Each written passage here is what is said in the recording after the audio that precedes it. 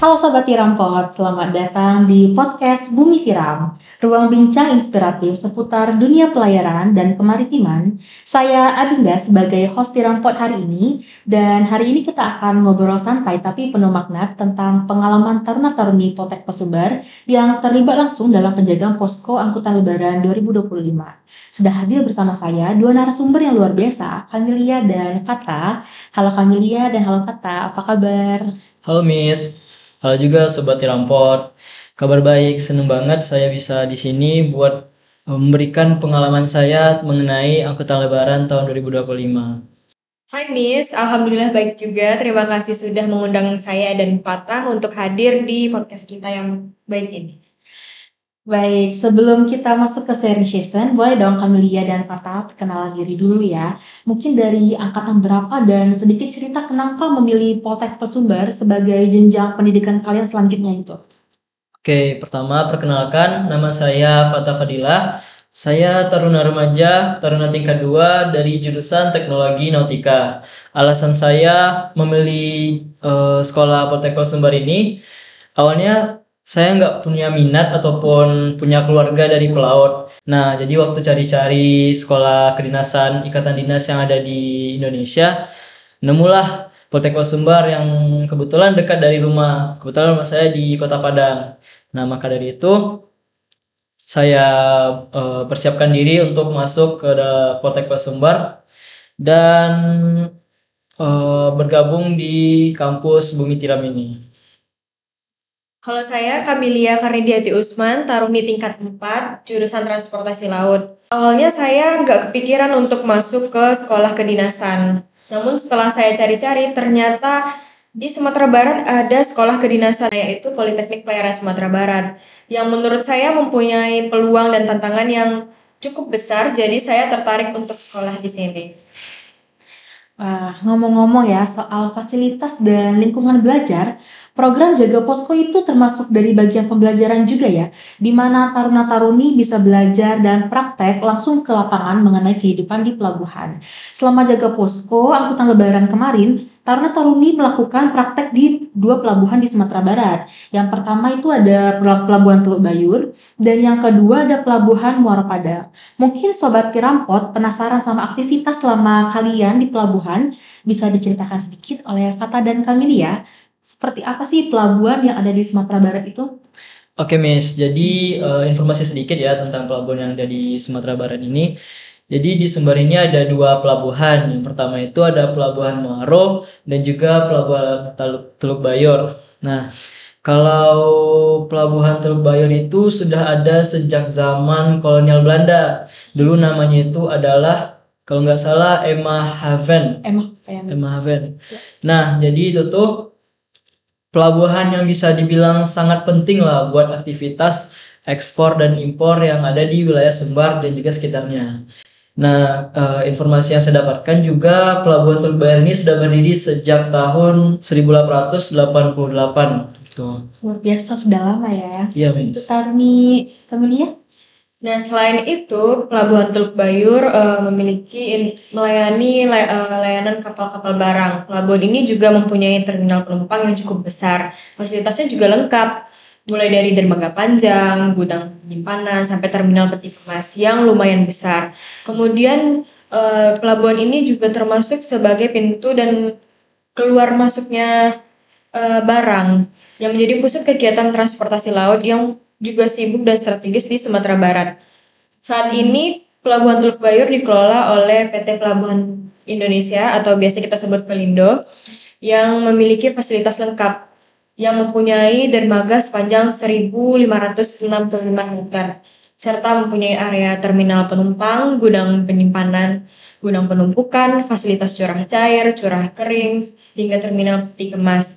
Yang selain itu juga pelabuhan ini menjadi pusat bongkar muat ke komoditas penting seperti CPO, batu bara, semen, pupuk juga. Wah, jadi selain jadi tempat mereka jaga, pelabuhan ini juga punya peran besar dalam perekonomian dan transportasi di Sumatera Barat. Ya, menarik sekali ya. Tahun ini kan kalian ikut terlibat dalam penjagaan posko angkutan lebaran. Bisa nggak kalian ceritakan berapa orang atau siapa saja sih yang jaga di setiap poskonya itu dan apa kegiatan utama kalian selama berada di sana itu? Oke, Miss. Kegiatan kami ya. Pertama itu dia kan ada dua posko pelabuhan nih. Pertama itu di Muaro Padang dan di Pelabuhan Teluk Bayor. Kalau di Muaro Padang ini kami tiba di tempat itu mulai dari pukul 6 pagi sampai jam 6 sore. Sedangkan di Teluk Bayor itu dimulai dari pukul 8 sampai jam 4 sore. Itu tergantung hari dinas ataupun perwira yang ada di sana. Juga untuk setiap posnya itu dijaga masing-masing 3 orang, Miss. Per pos itu masing-masing 3 orang. 3 orang. Nah, kegiatan kami eh, seperti mengontrol pergerakan penumpang, dokumentasi, dan juga membaca analisis data dari statistik pelayaran ataupun kapal yang berlabuh pada hari itu, Miss. Iya, Miss. Jadi selama kita di pos pada saat angkutan lebaran kemarin, saya bersama adik-adik yang berjaga. Jadi kita itu mengamati situasi sekitar. Apakah ada kegiatan yang penting atau kegiatan yang menurut kita suatu kejadian yang beda dari sebelumnya. Karena pada saat itu kita dikasih sebuah buku. Jadi kita menulis kegiatan apa aja. Jadi terstruktur dari pagi sampai sore kan. Kegiatan kapal-kapalnya itu sebenarnya kalau di Pelabuhan Muaro itu sedikit. Jadi kita harus tahu apa aja yang terjadi di saat kapal itu sandar atau di saat tidak ada kapal di dermaga. Kalau boleh tahu ya, seperti apa sih rutinitas harian yang kalian lakukan di sana dari awal datang sampai selesai piketnya itu, secara detailnya itu loh. Oke, Miss. Kalau untuk aktivitasnya, pertama nih kami datang ke pos. Lalu kita menemui atau menghadap sama perwira yang dari sana. Nah, setelah itu mereka bakal kasih kita arahan, mereka bakal briefing kita dulu sebelum kita masuk pos jaganya. Nah, udah masuk pos jaga, nanti kita bakal dikasih buku jurnal jaga. Itu buat kita isi apa aja kegiatan yang ada di pos, siapa-siapa aja nama perwira jaga. Nah, juga ya kegiatan kita selama di tempatnya itu seperti mengamati keadaan sekitar pos. Juga misalnya kalau ada orang luar yang datang, kita juga ngasih informasi hari ini kapal apa aja yang berangkat, hari ini kapal apa aja yang datang. Jadi mereka nggak ketinggalan informasi juga gitu, Miss. Nah, kita sebagai penyalur informasi dari kantor ke orang yang dari luar masyarakat. Juga waktu kapal sandar. Nah, waktu kapal sandar, kami juga mendapatkan arahan atau perintah langsung dari kantor untuk ikut ada di lokasi ketika kapal itu lagi sandar, seperti membantu penumpang, membantu untuk mengangkut barang-barangnya, atau misalnya ada yang nggak tahu jalan misalnya, kita juga sedikit membantu buat mengarahkannya. Jadi seperti yang tadi disampaikan Fatah, kita di pos jaga kan mengisi buku jurnal. Jadi di dalam buku jurnal itu ada beberapa informasi yang penting, seperti jumlah kapalnya ada berapa yang sandar, jumlah penumpangnya ada berapa, serta ada kejadian-kejadian penting. Karena pada saat itu perwira tidak menutup kemungkinan untuk bertanya ke kita, hanya untuk mengetahui kita ini betul-betul jaga apa tidak. Dan kita memang benar-benar diberi tanggung jawab yang cukup besar karena kita sebagai kadet di sana. Jadi pokoknya kita harus tahu apa aja informasi-informasi penting. Bisa dilihat juga di tabel, ada realisasi angkutan lebaran 2025 dan perbandingannya di tahun 2024. Betul tuh, ini ada tabel realisasi angkutan lebarannya ya. Tapi ngomong-ngomong ini sumbernya dari mana ya? Apakah hasil perhitungan kalian atau apa? Sumber yang dari tabel itu merupakan sumber resmi Miss dari KSOP Teluk Bayur. Dapat dilihat dari jumlah penumpang dari H-10 dan H+10. Jika dibandingkan dengan tahun 2024, terdapat perbedaan. Ada yang jumlahnya naik dan ada yang jumlahnya turun juga, Miss. Nah, ya benar banget, Miss. Jadi jumlah naik dan jumlah penumpang turun pada 2024 itu sekitar 13.745 orang. Nah, sedangkan pada tahun 2025 itu 8.205 orang, Miss. Pastinya kayak perbedaannya sangat jauh kan, sangat jauh menurun daripada tahun sebelumnya. Karena waktu di tahun 2024 Kegiatan pelaksanaan pos jaganya ini dimulai dari H-15 sampai H+15 Idul Fitri. Sedangkan pada tahun ini 2025 itu 10 hari sebelumnya dan 10 hari setelahnya gitu, Miss. Ih, luar biasa ya. Sepertinya kalian ini sangat menguasai. Tapi saya mau tanya, bagaimana sama waktu istirahat kalian? Kalian bener-bener istirahat atau full gak ada istirahatnya gitu? Waktu istirahat. Jadi kami tuh sebenarnya ini fleksibel, Miss. Cuman untuk waktu resminya kami diberikan waktu istirahat itu pada saat sholat zuhur dan jam makan siang. Itu biasanya dimulai dari azan zuhur sampai jam 2 siang nanti. Setelah jam 2 siang kami balik lagi ke pos. Dan harus stay di pos itu sampai jam dinasnya habis, Miss, gitu. Tapi kalau misalnya ada kapal datang gimana? Nah, itu juga menyesuaikan dari kedatangan atau keberangkatan kapal. Misalnya ada kapal yang berangkat atau datang setelah jam 4 atau jam 6 gitu. Kami itu juga harus standby untuk dokumentasi ke kampus, Miss. Jadi kadang ada yang sampai malam. Kalau misalnya kapal nggak ada yang datang hari itu, kami juga boleh pulang cepat. Oh, jadi lebih fleksibel ya Iya, sebenarnya. fleksibel. Kalaupun di jadwal istirahat ada kapal, nggak bisa istirahat dulu ya. Iya, Kita betul. selesaikan dulu. Selesaikan Ya, dulu. profesional. Betul. Tapi ada gak sih ada pengalaman unik gitu gak sih selama kalian jaga yang bikin kalian tuh sangat-sangat berkesan? Kalau saya waktu jaga di pos itu, kebetulan waktu antara sandar dan buka puasa itu mepet, Miss. Jadi pada saat memang betul-betul kapal sandar, azan datang. Nah, jadi kegiatan itu tuh memang nggak bisa masa kita suruh dia berhenti dulu kan nggak mungkin kan, Miss. Dan kebetulan waktu itu ada ibu-ibu bawa anak. Mereka berdua yang bawaannya tuh banyak. Dan dia juga bukan orang asli Sumatera Barat, dia dari luar, Miss. Jadi kita ngelihat dia tuh kewalahan banget. Jadi di situ kita menolong dia. Nah, yang anaknya rewel, bawaannya banyak. Jadi kayak betul-betul kita harus mau nggak mau ya harus kita tolong. Kalau dari saya nih, Miss, saya pernah waktu dapat kesempatan jaga itu waktu sama teman-teman kami dipersilahkan buat masuk ke dalam kapalnya. Nah, itu kan penasaran nih, coba tanya sama engineer-nya boleh nggak kalau kita masuk ke ruang mesinnya. Kami diperbolehkan buat dokumentasi sama lihat-lihat. Nah, di situ saya speechless dan baru pertama kali ngelihat ruang mesin kapal yang real gitu, yang betul-betul asli kan. Nah, di situ saya ngobrol-ngobrol langsung sama engineer, nyatanya gimana mesinnya bekerja atau kalau misalnya kapal sandar itu kegiatan apa aja yang mereka lakukan gitu, Miss. Ada juga pengalaman uniknya seperti waktu di Pelabuhan Maro. Itu kadang kita ketemu sama bule-bule dari Mentawai yang lagi liburan gitu kan. Nah, ya rame banget sekeluarga gitu, Miss. Jadi mereka bahasanya kita tebak-tebakan ini ngomong apa sih, ini ngomong apa. Walaupun kita nggak tahu, cuman kita beranikan buat mengerti gitu. Itu sih, Miss. Berarti itu perdana kamu masuk ke ruang kapal gitu ya, Bener ke banget, dalam Miss. kapal ya, Iya, ke ruang mesin. Terus gimana sih rasanya tuh kayak excited atau takut gak sih pas masuk-masuk ke dalam ruangan itu?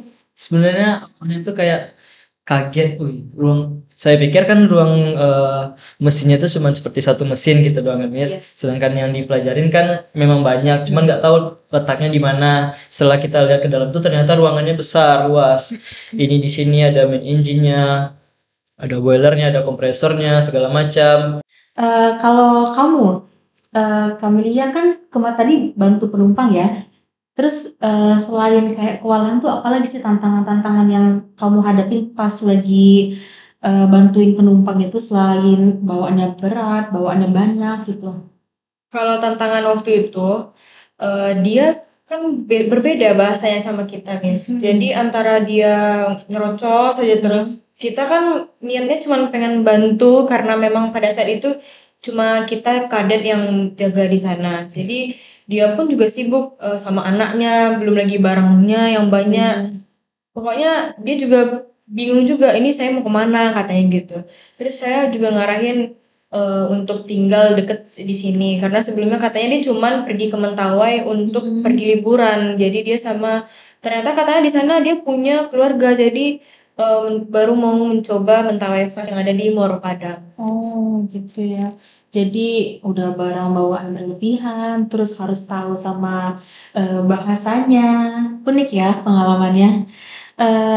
Selain itu, saya mau tanya, gimana sih kalian koordinasi sama petugas-petugas yang ada di jaga poskonya itu?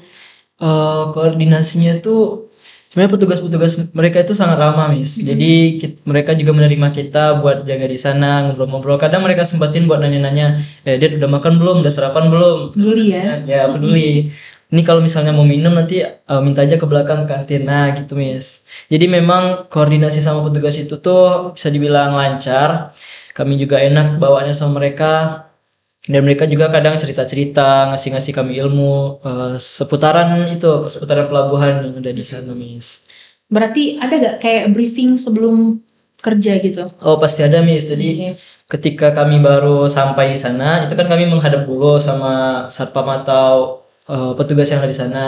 Mereka tuh nge-briefing kami, nanti kalian kalau di pos itu kegiatannya seperti ini. Nanti kami kasih kalian buku jurnal, terus kalian isi nama perwiranya, nama anggotanya, jam jaganya, kegiatan apa aja, atau ada kejadian-kejadian yang menonjol di sana. Terus juga mereka briefing nanti kalau misalnya ada penumpang atau orang luar yang nanya, ini kapal ini berangkat jam berapa, itu ada papannya gitu, Mas, kayak brosur ditempel di dinding di belakang di papan. Nanti kita bisa lihat di sana ataupun kita langsung tanya ke penjaganya Berarti tentang kalian ini di sebelum kerja di briefing, diajarin, dikasih tahu juga gimana cara baca Betul. jadwalnya seperti Iya. itu ya. Iya, Luar Miss. biasa ya. Eh, Selain pengalaman di lapangan, menurut kalian dengan kegiatan ini tuh apalagi sih manfaat yang kalian dapatkan? Manfaat yang saya rasakan kebetulan dari tingkat 1, tingkat 2, dan juga kemarin terakhir saya berkesempatan untuk hadir di posko itu. Memang kerasa langsung nih pada saat saya praktek di tingkat 3. Memang betul-betul yang saya rasakan walaupun cuma sehari, tapi terasa untuk di hari-hari setahun saya rasakan pada saat saya praktek darat kemarin. Jadi saya dapat gambaran gimana pada saat saya praktek. Berarti nggak jauh berbeda ya sama pada saat kita jaga di posko angkutan lebaran dan Nataru kemarin, Miss.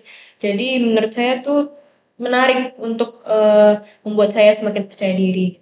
Oh, jadi sebelumnya sudah pernah praktek di perusahaan di pelabuhan ya? Iya, Miss. Jadi berarti tinggal mengaplikasikannya lebih percaya diri. Kalau Fatah seperti apa? Sekarang kan saya tingkat 2 nih, Miss. Nah, waktu tingkat 1 pertama kali jaga pos angkutan lebaran itu rasanya kayak bangun pagi, harus tiba di kantor itu seperti orang kerja, Miss. Jadi betul-betul emang harus dipersiapkan dari sebelum-sebelumnya kan, ini malamnya gitu. Nah, waktu di sana itu yang kita nggak tahu apa-apa nih, tiba-tiba dikasih tanggung jawab gitu dari kantor untuk menjaga pos. Pastinya awalnya bingung-bingung, cuman setelah itu manfaat yang kita rasakan itu seperti menambah pengalaman sih, Miss. Yang pastinya tuh menambah pengalaman rasanya menjadi orang kantoran gitu ya, Miss. Terus juga menambah ilmu tentang pelabuhan. Terus juga kita juga bisa mudah beradaptasi dan sosialisasi sesama masyarakat yang ada di sana. Dan waktu kapal sandar gitu kan, kita jadi kadet bantu-bantuin penumpang yang turun, itu kan pengalaman yang belum pernah saya rasakan sebelumnya gitu, Miss. Terus juga misalnya waktu hari itu pernah penumpangnya banyak banget. Terus juga teman saya kebetulan nggak ada di pos jaga. Dia izin gitu, Miss. Iya. Nah, otomatis saya berdua, cuman yang harusnya bertiga cuman berdua kan. Lagian sedangkan penumpang banyak pada hari itu. Jadi kayak ada pengalaman menghadapi orang banyak cepat-cepat gitu. Ini ke sini gitu, Miss. Hektik banget lah waktu itu. Nah, itulah pengalaman yang saya dapatkan. Itu juga kita diajarin buat tepat waktu, tiba tepat, terus nanti pas istirahat makan siang Setelah selesai istirahat balik ke posnya tuh harus tepat waktu juga. Itulah salah satunya, Miss. Jadi dia manfaatnya di diri kamu itu lebih ke kayak manajemen waktu gitu ya. Tuh, Jadi kamu lebih disiplin dan juga bisa berlatih gimana nanti kalau udah kerja gitu ya. Jadi kayak udah ada prepare bayangan ke depannya buat kalau di dunia kerja itu seperti apa. Tuh. Baik, jadi menurut kalian harapan ke depannya untuk kegiatan ini tuh seperti apa? Kalau secara pribadi dari kalian ya sebagai anak magangnya itu kan. Kalau pengalaman saya dari kegiatan ini, saya berharap kegiatan ini bisa menjadi inspirasi buat taruna-taruni dan juga adik-adik yang akan melaksanakan kegiatan posko angkutan lebaran ataupun Nataru nanti, supaya nggak ragu ambil kesempatan belajar di luar kelas karena sangat seru. Kemudian semoga kedepannya sarana praktek kita bisa jadi lebih baik dan lebih luas lagi.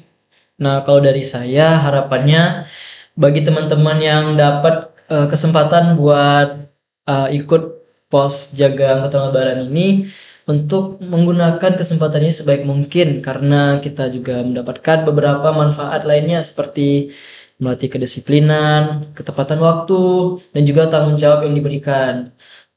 Selain itu, kegiatan ini jika rutin dilaksanakan, maka akan lebih banyak taruna-taruni yang mendapatkan pengalaman yang berbeda dari sebelumnya ya. Jadi kayak menambah pengalaman teman-teman kalian Pasti, gitu ya, ya. Miss.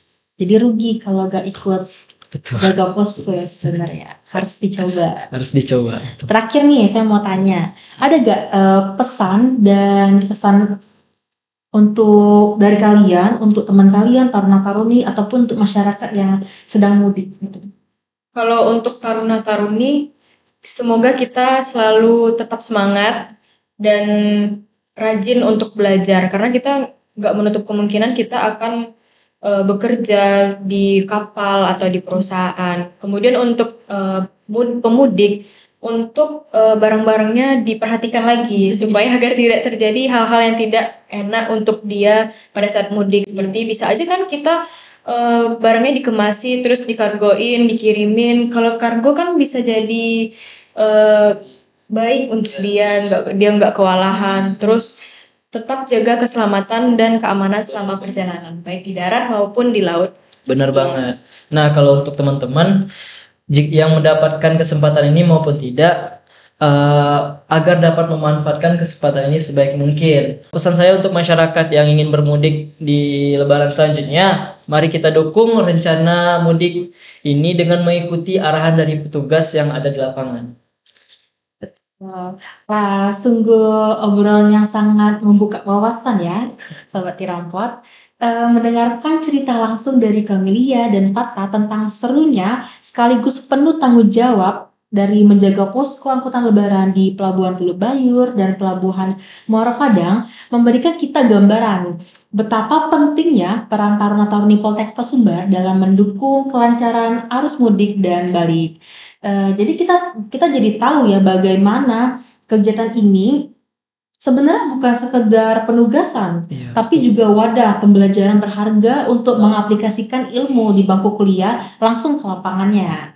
Pengalaman unik seperti masuk ke ke ruang mesin Iya. bagi Kata dan membantu penumpang yang hampir ketinggalan kapal bagi Camelia adalah momen-momen yang pasti akan membekas dan menjadi bekal berharga di masa depan. Iya, betul. Pesan yang disampaikan oleh Camelia dan Fata tadi juga sangat relevan, baik untuk sesama taruna-taruni agar tidak melewatkan kesempatan belajar di luar kelas, maupun untuk masyarakat yang sedang atau akan melakukan perjalanan mudik agar selalu mengutamakan keselamatan dan mengikuti arahan petugas. Benar. Terima kasih banyak Camelia dan Fata atas waktu dan cerita yang inspiratif ini. Semoga pengalaman ini semakin memotivasi kalian dalam menempuh pendidikan di Poltek Sumbar dan menjadi pelaut-pelaut handal di masa depan.